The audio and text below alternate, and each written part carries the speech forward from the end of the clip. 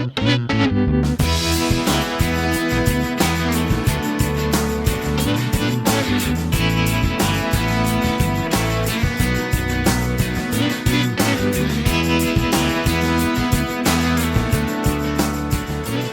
folks, I'm Tom Vasel, and welcome to Best of Designers. Today we're taking a look at Stephen Glenn.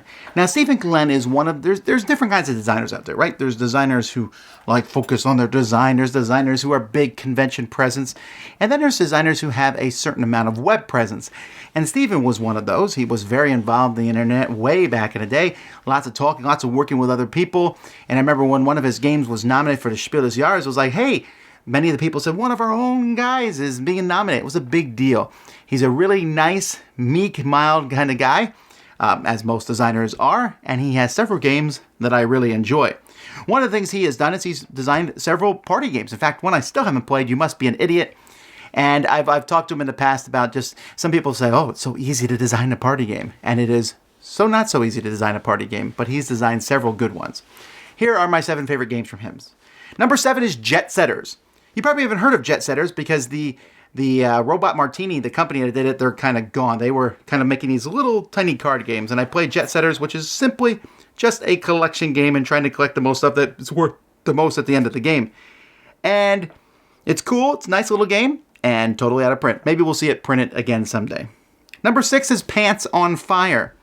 Now, I suspect if this came out today, I might not like it as much because essentially you are trying to tell truth, one lie, and one possible truth or lie.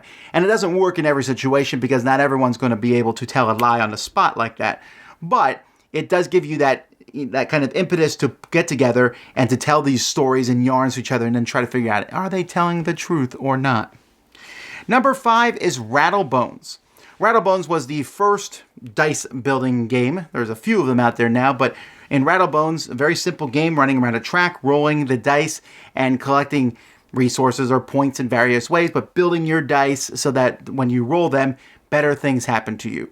It could have probably been more complex, but its simplicity works really well as a family game and a fun game for kids, especially as you're trying to run from this really creepy guy at the fair. Number 4 is Balloon Cup, or you could even put in here the more modern version of it, which is Pinata. Balloon Cup was the game I mentioned earlier that was nominated for the Spiel des Jahres, a 2-player game that really got a lot of buzz as you had 4 balloons in the middle, and you're trying to make them either go higher or lower, and it's your choice, and you're playing cards on your side and on your opponent's side, trying to win these cubes, which you would then turn into trophies.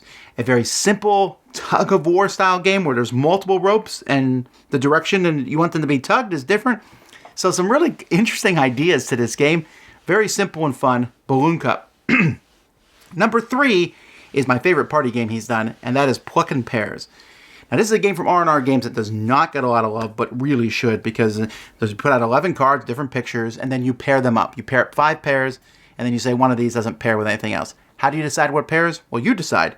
Is it because of color, or because obviously a pencil and paper go together, or obviously a scissors go together with an angry note from someone because they both cut you? You know, whatever your reasoning is, you put them together, and then you hope you match other people's reasoning. And it's hilarious to see people's reasoning as to why they put things together, and you're thinking, it was so obvious, but it wasn't so obvious to others. Really, really fun game.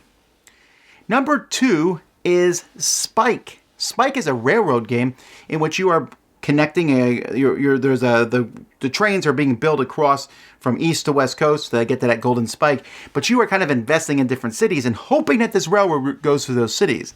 You invest on the cities on the end, they're 100% chance going to be attached to the route. The ones in the middle may or may not be attached to the route, but the payoffs are bigger on those. It's a very simple, almost stock market-ish style game. As you go from Columbia Games, this game is a game I saw and I was like, we'll see. And I played it and it blew my mind. That is really cool. So that is Spike. And number 1 is a football game of all things, American football, and that is First and Goal. This is a dice and card game. Essentially, you are 2 football teams. Each turn, you put your play down, offensive play versus defensive play, and it tells you how many dice get rolled. You roll those dice and see what happens. That's it. Add in all the expansion teams that Mr. Glenn designed, and suddenly you have different dice per each team, and it really adds to this game. It's a strategic, but also really, really light football game, which is kind of what we want. I just want to roll dice and see if I've scored a touchdown.